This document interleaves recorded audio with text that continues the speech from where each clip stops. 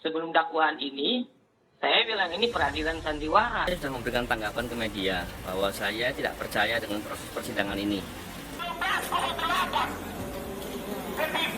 Presiden Republik Indonesia untuk kemudian bagaimana mencopot Kapolri dari jabatannya, menjatuhkan pidana terhadap terdakwa Roni Bugis selama 1 tahun.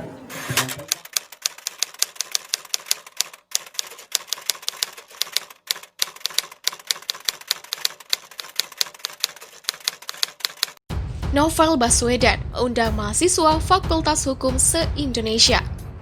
Pada laman Twitter, Novel Baswedan tampak memposting sebuah laman media online detik.com yang berjudul alasan jaksa tuntut penyerang Novel 1 tahun bui tak sengaja lukai matanya.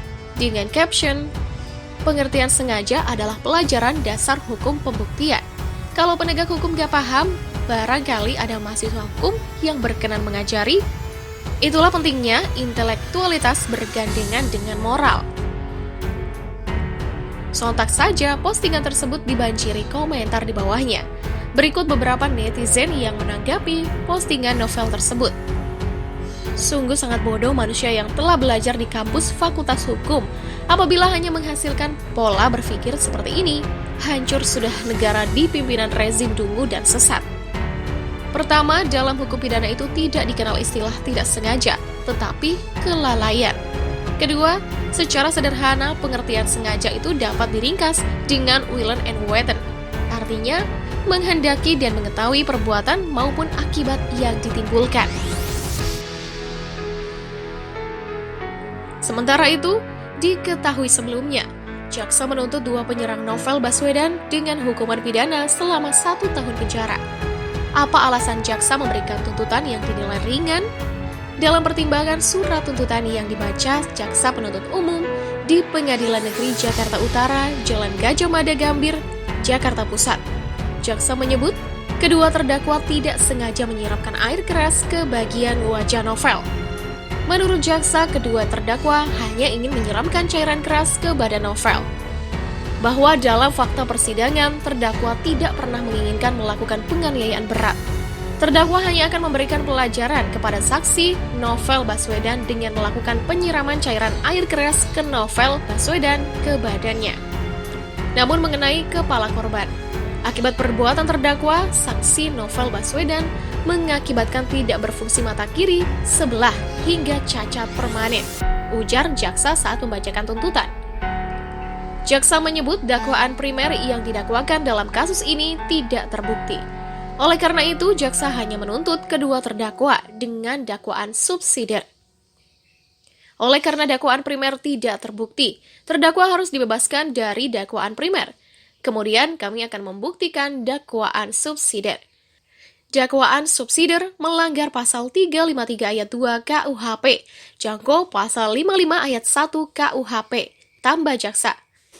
Ketika diminta keterangan seusai persidangan, jaksa mengatakan alasan selanjutnya memberikan tuntutan ringan adalah terdakwa mengakui perbuatannya. Selain itu, kedua terdakwa telah meminta maaf kepada Novel dan keluarga. Karena pertama yang bersangkutan mengakui terus terang di dalam persidangan. Terus kedua yang bersangkutan meminta maaf dan menyesali perbuatannya dan dia secara di persidangan menyampaikan memohon maaf kepada keluarga Novel Baswedan dan meminta maaf institusi polisi. Institusi Polri itu tercoreng, ujar Jaksa Ahmad Patoni seusai sidang. Dia mengatakan dakwaan primer tidak terbukti karena Rahmat Kadir tidak memiliki niat dari awal untuk melukai Novel. Jaksa menyebut motif keduanya melakukan teror air keras hanya untuk memberikan pelajaran ke Novel yang dinilai telah melupakan institusi Polri. Jadi begini, pasal 355, dia harus mempersiapkan untuk melukai orang. Itu sudah ada niat dari awal. Sedangkan di fakta persidangan, dia tak ada niat untuk melukai. Dalam fakta persidangan, yang bersangkutan hanya ingin memberikan pelajaran kepada seseorang, yaitu Novel Baswedan, dikarenakan alasannya dia lupa dengan institusi, menjalankan institusi, ucap Ahmad. Kemudian ketika dia ingin melakukan pembelajaran penyiraman ke badannya, ternyata mengenai mata. Maka kemudian pasal yang tepat adalah pasal 353 perencanaan penganiayaan yang mengakibatkan luka berat. Berbeda dengan pasal 355. Kalau 355 dari awal sudah menarget dan dia lukai sasarannya. Sedangkan ini dia tidak ada untuk melukai imbuhnya. Rahmat Kadir dan Roni Bugis dituntut jaksa dengan hukuman 1 tahun penjara. Keduanya dinilai melanggar pasal 353 ayat 2 KUHP, jangko pasal 55 ayat 1 ke 1 KUHP.